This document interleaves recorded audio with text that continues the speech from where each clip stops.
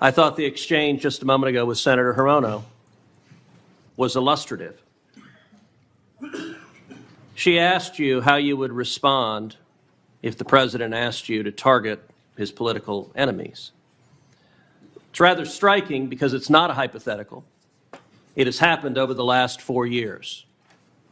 And I think perhaps the most tragic legacy of the Biden-Harris administration has been the politicization and the weaponization of the United States Department of Justice. When it comes to weaponization, it's worth noting that in more than 2 centuries of our nation's history, no president had previously been indicted, no president had previously been prosecuted until the Biden-Harris White House came along. And in the last 4 years, we've seen Donald Trump indicted and prosecuted not once, not twice, not 3 times, but 4 separate times.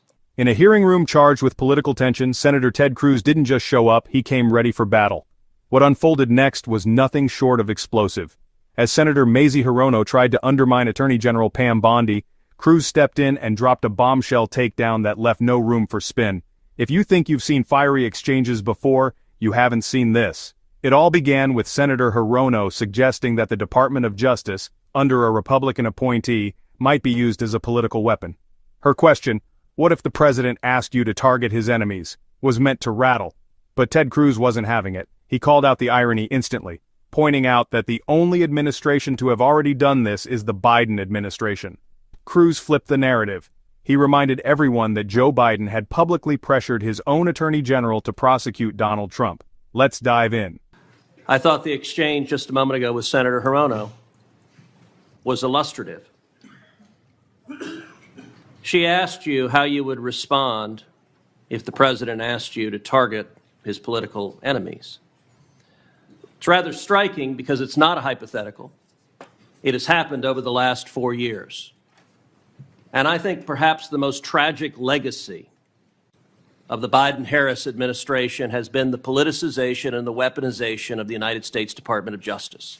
And we don't need to ask hypothetically because Joe Biden publicly mused and allowed the New York Times to report it, calling on Merrick Garland, why will he not prosecute Trump more quickly?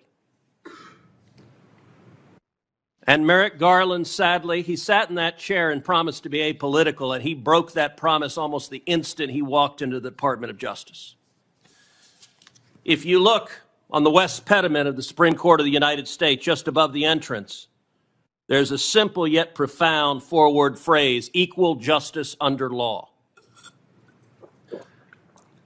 We have seen over the last 4 years a Department of Justice that systematically targeted the political opponents of Joe Biden and Kamala Harris, and that systematically protected his friends and allies.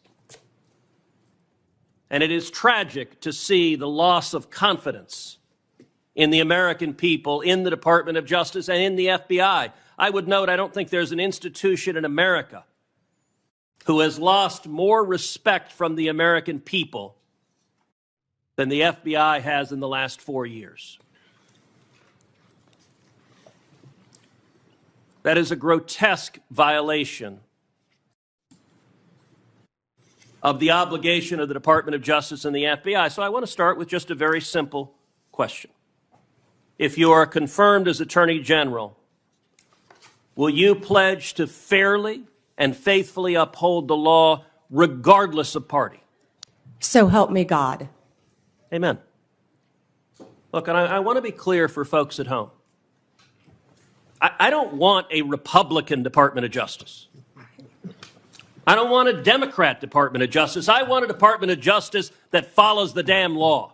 Now, I also want to clarify something. During the course of this hearing, several Democrat senators have referred to you as President Trump's, quote, personal lawyer.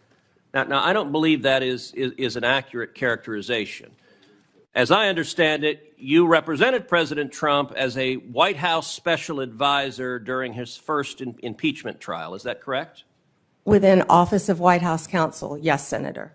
And is working within the White House counsel's office different than representing Donald J. Trump individually as his personal lawyer? Absolutely. How's it different? You're working for the government. You're working for the office of White House counsel. You're not representing him in his personal capacity. And so you have not represented him in his business affairs, in his personal life, or in any of the criminal trials he has faced? No, Senator. And when it comes to weaponization, it's worth noting that in more than 2 centuries of our nation's history, no president had previously been indicted, no president had previously been prosecuted until the Biden-Harris White House came along. And in the last 4 years, we've seen Donald Trump indicted and prosecuted not once, not twice, not 3 times, but 4 separate times. And 2 assassination attempts, Senator. I have to say, Javert from Les Mis would be chagrined at the efforts of Democrats to do anything possible to take him down.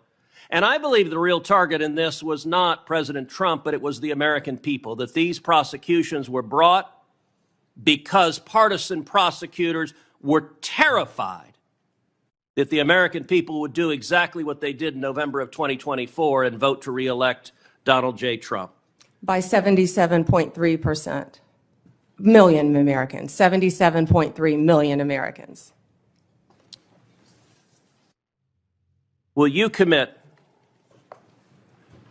every day as Attorney General to follow the law, to follow the Constitution, to uphold the rule of law without favor and without regard to the partisan position of any criminal defendant? Yes, Senator. That's what we should all expect from an Attorney General. Thank you.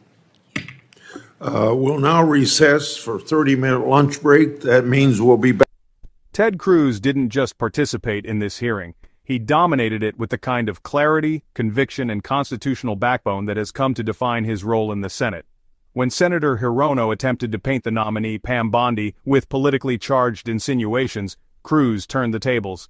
He cut through the noise and reminded everyone of the real issue: the dangerous politicization of the Department of Justice under the Biden-Harris administration.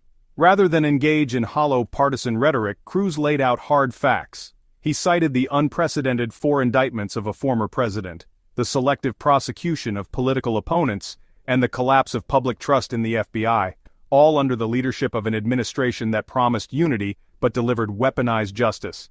He didn't just raise concerns, he backed them with history, legal precedent, and logic.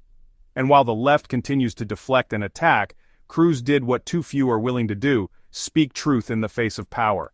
He made it clear that this wasn't about defending Trump, it was about defending the American people from a justice system being twisted into a political tool. He made a powerful call for a DOJ that applies the law equally, regardless of party, politics, or personality. Ted Cruz reminded us why checks and balances exist, and why fearless voices like his are essential in moments like this. His unwavering demand for fairness, his dismantling of Senator Hirono's false narrative, and his unapologetic defense of due process made this not just a win for him, but a victory for anyone who still believes in the rule of law. In a time when many shy away from uncomfortable truths, Ted Cruz stood tall, and in doing so, reminded the nation what real leadership looks like. If you stand for truth over politics, justice over spin, don't forget to like, comment, and hit that subscribe button. More unfiltered moments from the Capitol are just one click away.